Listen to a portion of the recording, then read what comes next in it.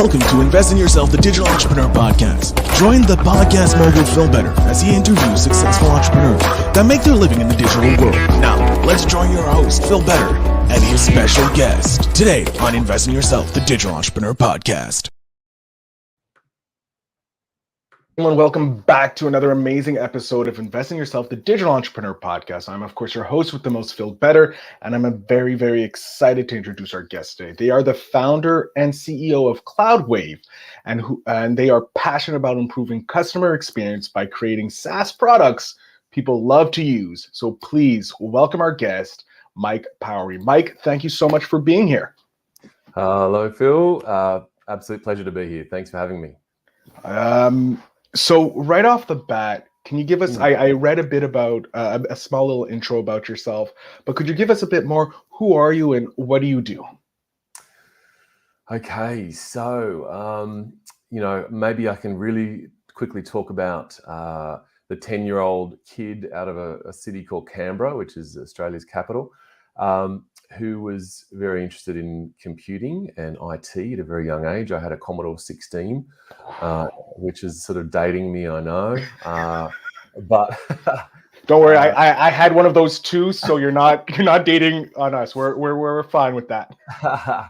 Mate, I begged my parents for this computer, and there may have been a few tears even shed. And finally, the folks shelled out. I think it was $100. And we got this Commodore 16. And, I played soccer on the weekends and did some outdoor stuff, but every other spare moment was tapping away at this basic code and building these spirographs and, musical instruments, sort of simulators, and obviously a couple of games in there.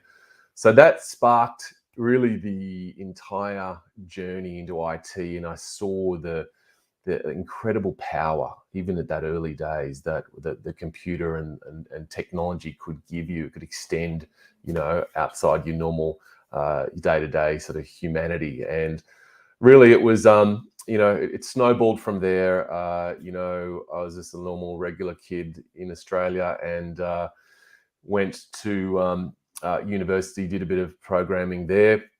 Actually, found though that the languages we were learning were already outdated in the real world because I was working part-time at a computer distributor and just went sort of full, head first into the IT world, into corporate IT, worked for distributors, worked for software companies, worked for American big organizations, Cisco for 10 years, then was the managing director of Siemens and a German IT firm, obviously, as well as Jabra, Danish IT firm, and then finally 4 odd years at British Telecom, who were a huge English telco managed services company. Throughout that period, it was really cool, access to really cool tech, but I did see some kind of horrific contact centers being deployed, and this was sort of back, 2010, 2012, where there was just these poor agents left with this horrible technology that's really clunky.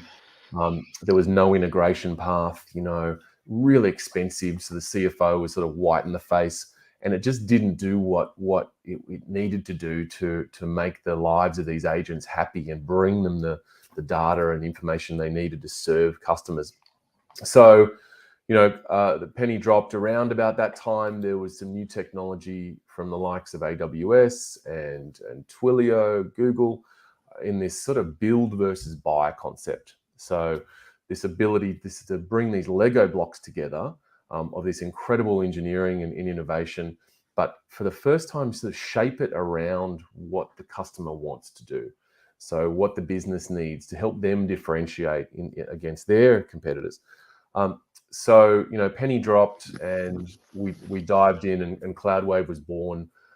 There was, just a skeleton staff at first, obviously, and then slowly grew and built up annuity business and, rode the winds of cloud adoption and, no rocket science, just did what we're supposed to do, helped people, were fair with our commercials, and the business has sort of blown up. We now are sort of 35 odd people across the world. We opened up New Zealand a couple of years ago. We just opened up the US office and looking at Europe next year. So that's kind of us in a nutshell, the journey and where we've come from. So, which is amazing. As someone who formerly worked in a contact center, call center, I know how fun the technology is there. So Yeah. love seeing that you're improving it for the frontline staff who have to deal with customers and dealing with technology that's not always the best. So thank you on behalf of all the customer service reps that I've had in my life and been part of. Well, thank you. But so when you saw all these amazing things like AWS came out, Google, Trello, you said, how was it that you said, hey, how can I bring this together to improve people's lives? Like, what was that initial spark? Like, what was it like? Yeah, well, look, just on your previous comment, I spent also probably cumulative out of the 15 odd years I was in corporate, maybe 6 of those were inside in the contact center. That's where I started. Taking 150 phone calls a day, answering questions about Microsoft licensing through to networking cards and storage and all sorts of stuff. So did my time in there and realized that this job is you're dealing with problems all day. This poor agent, people don't really consider the agent that much. And look, as an aside, everyone you talk to, Phil, I'm sure everybody you speak to has a horror story about calling a contact center. It's this long time on hold. You've got to give your credentials, and the next guy gets transferred. He doesn't have those credentials. You've got to re-authenticate yourself.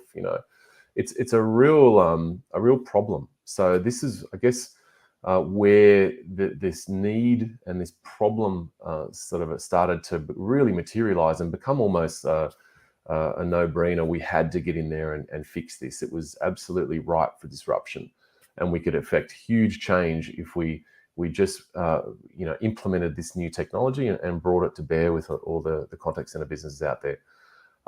So that's there was the both sides. There was as I said, the customer journeys and being able to help my grandmother when she calls in to fix up her cable TV subscription, or an insurance claim, fix the lives of people out there in the public, and also have a thought for these poor agents who are sitting there 8 hours a day taking phone calls, problematic calls all day and dealing with it. So it was twofold, and again, just really good timing with the technology for the first time ever being able to solve so many of these problems and tailor things.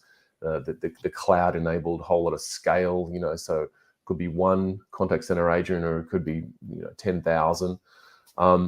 And just bringing it all together in a really nice, easy to consume package and great customer service. So that was the cornerstone of where and who we are. And was it easy for you to switch from like the 9 to 5 into building your own company? Like, did you have entrepreneurs in your life that could help you, or were you like one of the first in your family and your circle of friends?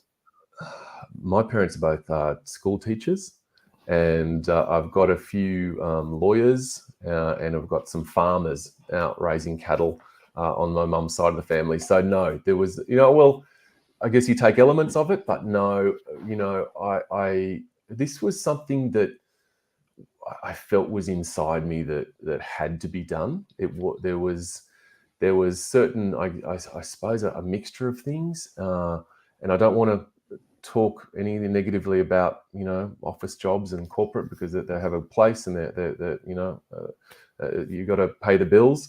But I found more and more in that world you were put in a box. That for not only your job function, but also your personality. They weren't sort of fanning the flames of creativity. You kind of had to toe the line, and then there was also ultimately a commercial ceiling that you could only earn so much. Now I thought life's a bit richer than that, and I wanted to give it a really red hot go. And, as I said, we had this technology that mapped to a real problem, and the rest, is really hard work. There's no shortcut. I've been responding to tenders on New Year's Eve with fireworks going on outside, and I'm, bleeding from the eyes from too much screen time.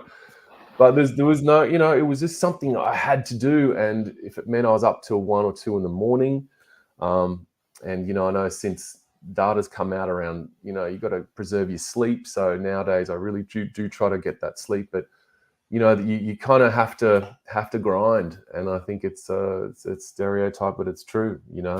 Have passion and put the work in for a good goal that solves a problem.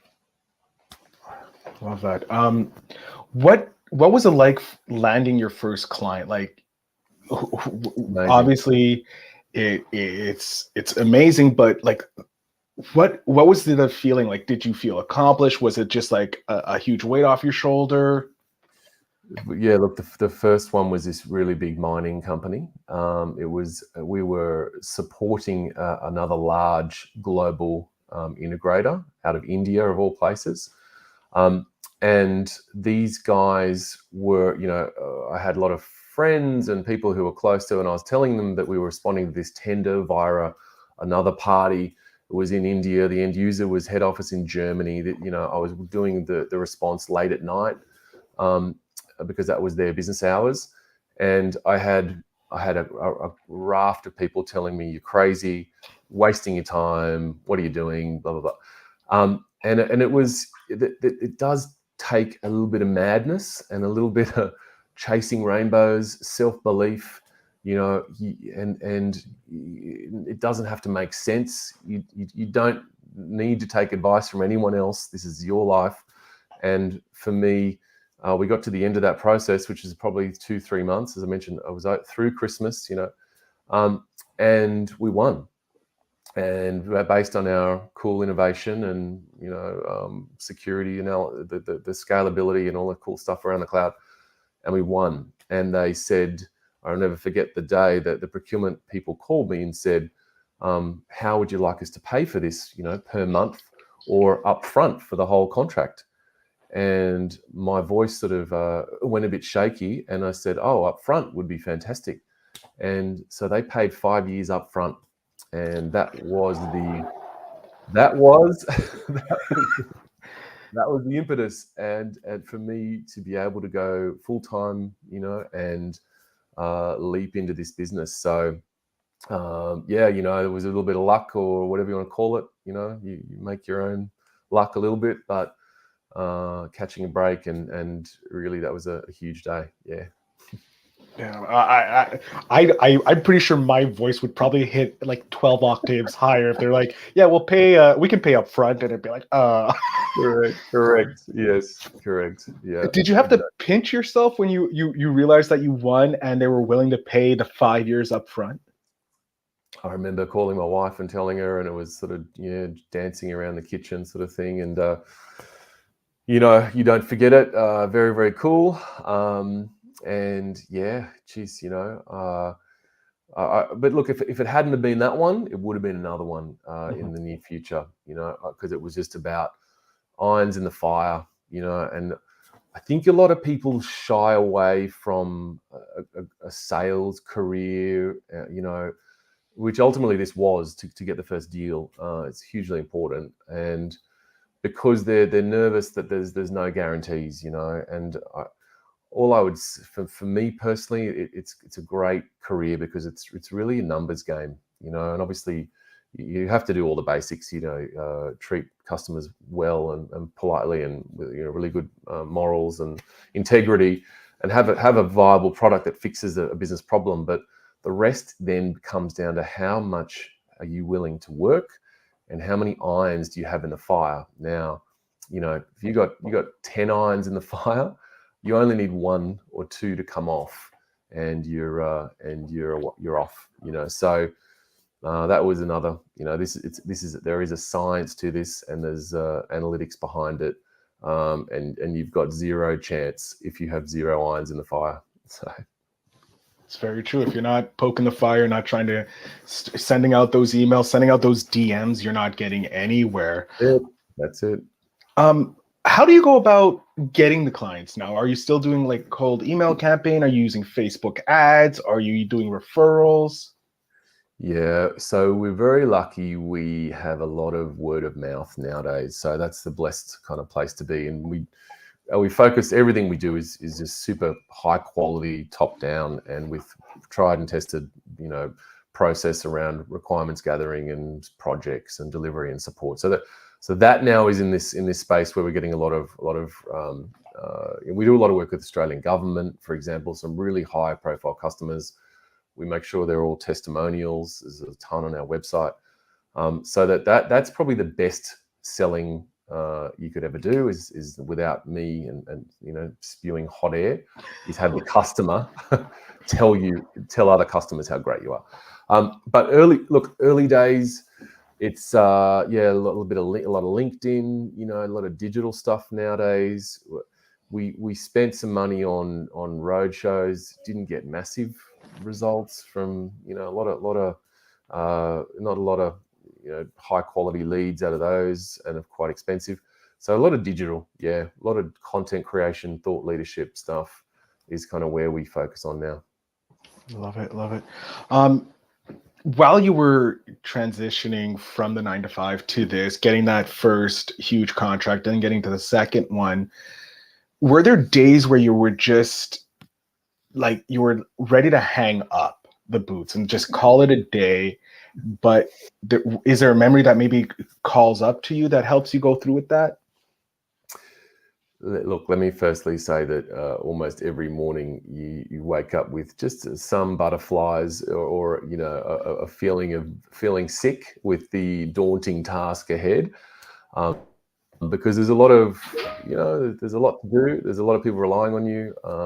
You put so much energy and effort in. You need to make sure you continue to make every post a winner. Or you can throw away all this incredible good work and credibility. So yes, it is daunting, and anyone who says that they are relaxed in business, I think, is maybe exaggerating. But as the day progresses and you have systematically deal with some fires, you have a couple of great conversations. You have a couple of bad conversations as well. It's all part of it. It's a little roller coaster, but by the end of the day, you're just on top of the world, and it's just the greatest sense of accomplishment. And this is it's the drug that I think that drives a lot of entrepreneurs is that sense of accomplishment and moving forward. And that is, I think, part of the secret to happiness, is feeling like you're moving forward, you're accomplishing things, what I conjure up to get me there, there's obviously pride in there. I want to make my parents proud. You want to do good in society. I want to sort of be a good example for my kids, and so there's a lot of family, personal, I think, things that I would conjure up to get me through. And I guess the rest is also, how do you want to be remembered? It's when we sort of retire and move on, I really want to make sure that I've got as many people that I've touched will at least say mostly positive things. Yeah, at that funeral, you have a long list of people who will say something nice for you. I love that. That's a great point. Yeah. How did you come up with the name CloudWave? Because it's a very unique name, and it doesn't, for me, when I think about it, doesn't really relate to the call center or contact center cloud. So it's a unique name. How did you come up with it? It's an interesting one. So first of all, with my time in inside sales, I wanted a name that when I was talking to people, they would understand straight away. I see a lot of people go for strange, different spellings of words and different sort of, long names. It needed to be crisp, it needed to be memorable, it needed to be able to be spelt. So when I said my michael@cloudwave.com.au, my email address, I wouldn't have to spell out, CLOU. It was actually a practical reason for having it short and sharp. But look, it did. We're always on the wave of innovation, and cloud is sort of the undercurrent and the technology, the plumbing that's propping us up. So, it seemed to make sense to bring the cloud world and also the innovation and riding this wave. Maybe a bit of homage to Australian beaches and surfing as well. I don't know. Maybe a little bit of the freedom of a wave too. I love that. Correct. There you go. I love that because it does, like, it's very memorable as a thing, and it does, like you said, it does. Now that I understand, I'm like, yes, that's great, because it also allows you to grow as well, because you can move from where you are today to the next level eventually if you decide to do that, and then you're always staying on that forefront, on that wave, as you said. If you had to give an advice to an aspiring entrepreneur who's looking to start their own SaaS business, because obviously you have a software as a service, that's what you guys do. What kind of advice would you give them? Yeah. So I would, other than the whole sort of, work, Gary Vee sort of style, work your ass off, I would say, as you are growing, pick great staff to join you. So really take your time on that. That was, you can fall into the trap sometimes of just wanting to grow super fast, and so therefore, you're winning projects. They just hire anybody to help me get there. That's a mistake. It's better almost to go slower at the beginning on your revenue, but make sure you keep that quality up on every single opportunity that you roll out. Hugely important. Because the snowball will come, but having that one or two key guys and ladies at the beginning who complement you, of course, as well. So, people, I Commodore 16 is about the end of where my programming skills finish. So, it took a while, but I found a couple of sort of Steve Wozniaks, a couple of genius guys who, in New Zealand as well as Australia. So, and now we just found guys in the US. So don't be limited to geography. Everything's kind of remote these days. In the cloud technology and SaaS, you don't have to be on site with screwdrivers. So that would be my biggest advice. Grab some really good people. And so, on that, I would love to just jump into a bit more. How was it hiring your first set of employees? Because I'm guessing you started this business by yourself and were doing most of the technical and everything yourself. What was it like? When did you decide, one, I needed help, and two, how did you decide that hiring process? Yeah, look, I was using, Upwork, basically, and had some engineering staff, outsourced from Pakistan or India. This is the very earliest of earliest days to deliver. I leveraged the vendors. I used their professional services teams at first as well, so I could really just focus on what I did well, which was selling and winning and contracting the deals. And then as we kind of grew, I was able to use onshore contractors and scale up, scale down. And then as we grew again, I was able to make those guys full time. And so, it was just a bit of a stepping stone, and it was really related to our recurring revenue and profit. So not overextending, just as each new deal, as each new contact center came on board, we received more recurring revenue. And it allowed us to go and hire another guy or lady, which would have then give us a platform to sell more. So it's sort of piece by piece. I think SaaS, you need to be careful because the margins aren't massive. It's not like the old days at Cisco where you'd sell $1 million worth of routers or just turn up, and you'd make some margin. It's an incremental per month margin. So yeah, slowly. Yeah. And we talked about the past. I want to look to the future, Mike. With CloudWave, what is your goal in 5 years? Where do you see CloudWave? Where do you see yourself in 5 years? Yeah, so we're already heading in this direction. But so I just want to solidify this in 5 years to be the number one cloud contact center overlay product on the Amazon Connect network in the world. And this is a new emerging technology. We're one of only very few players. It's incredible technology. It's consumption based, cost down, huge engineering innovation up, all the cool services from AWS to be active. And it's a no-brainer once people do benchmarks against the old expensive kind of world of the past.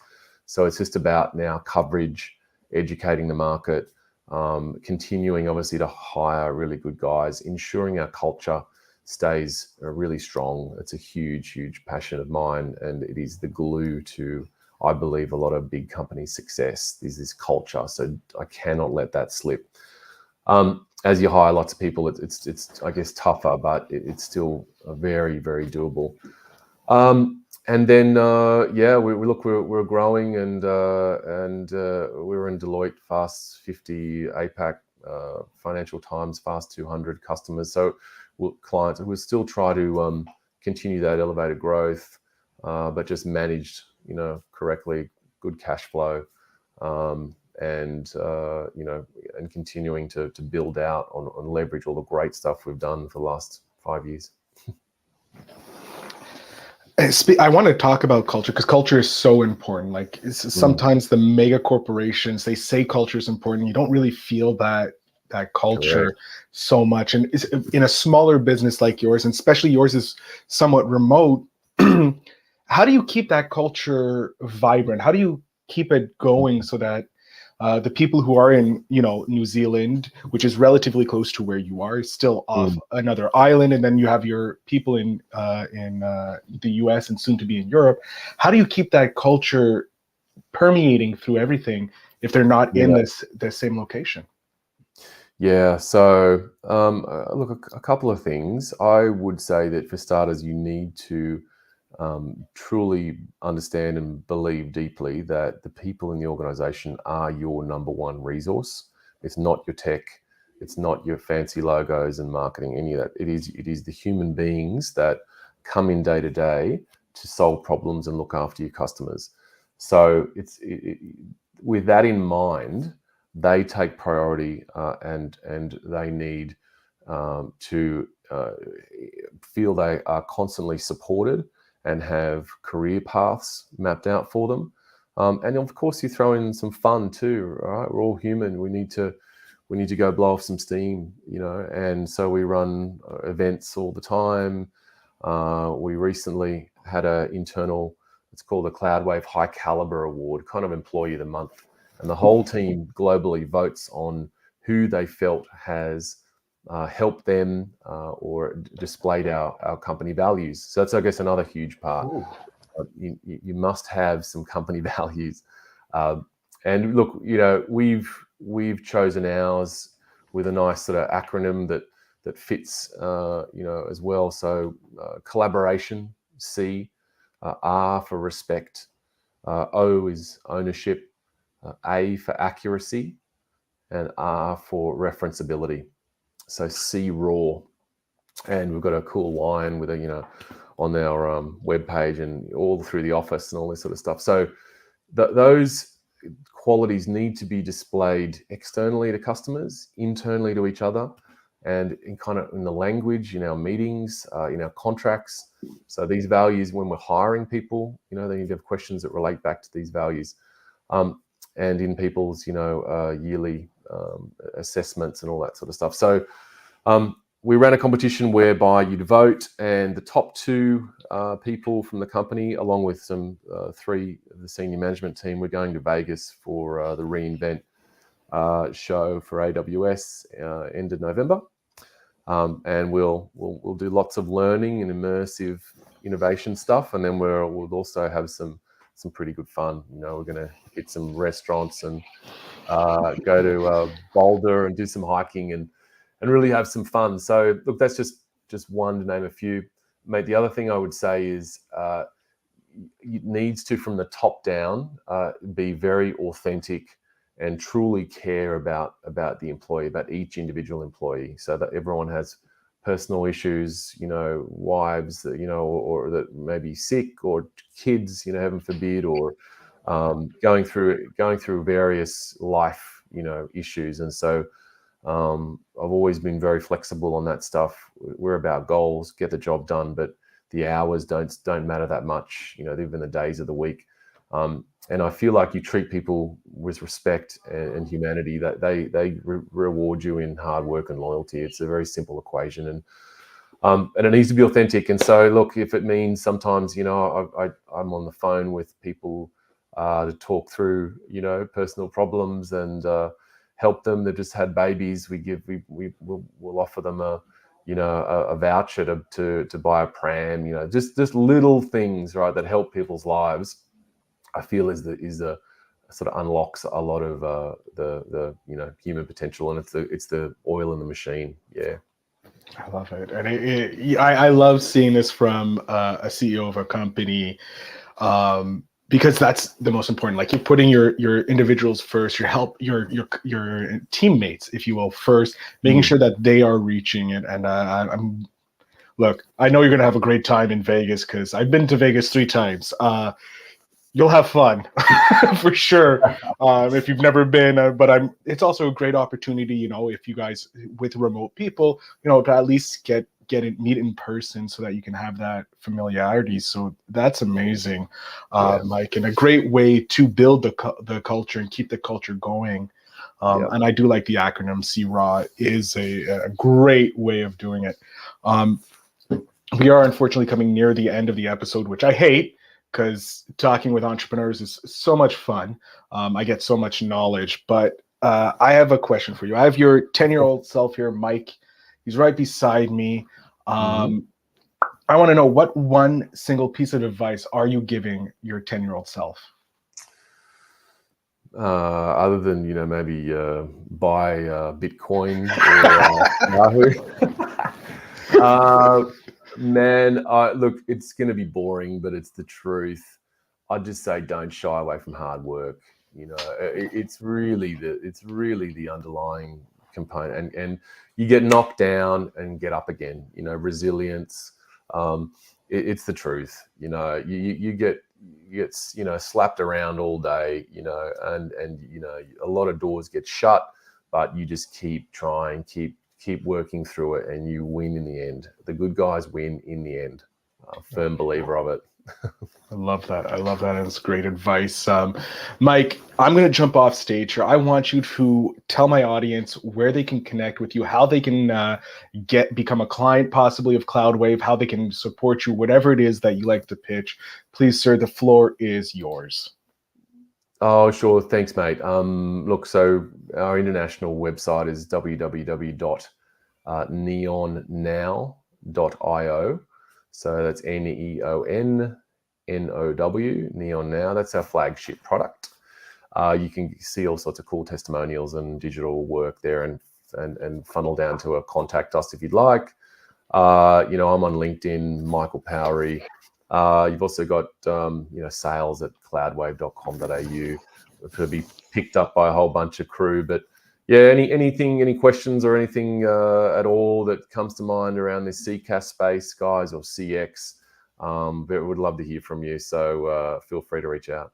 Thanks so much for your time. Mike, I can't thank you enough for coming on the show and sharing your story and telling us a little bit about CloudWave. Thank you so much. Pleasure. Thanks for having me. To my audience, make sure you check out the show notes down below, because you can find all of Mike's contacts there, as well as the website for CloudWave and Neon Now.